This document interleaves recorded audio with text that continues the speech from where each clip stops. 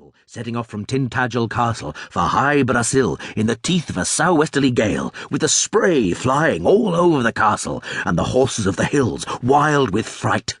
Out they'd go in a lull, screaming like gulls, and back they'd be driven 5 good miles inland before they could make head to wind again. Butterfly wings. It was magic. Magic as black as Merlin could make it, and the whole sea was green fire and white foam with singing mermaids in it, and the horses of the hills picked their way from one wave to another by the lightning flashes. That was how it was in the old days. "Splendid," said Dan, but Una shuddered. "I'm glad they're gone then, but what made the people of the hills go away?" Una asked.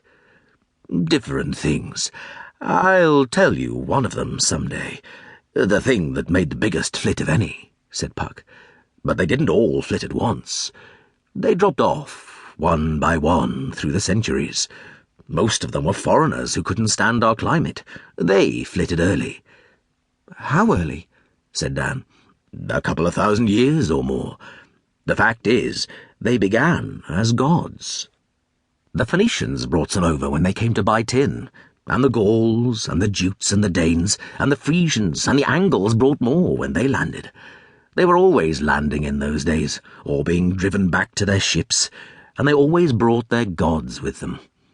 England is a bad country for gods. Now, I began as I mean to go on.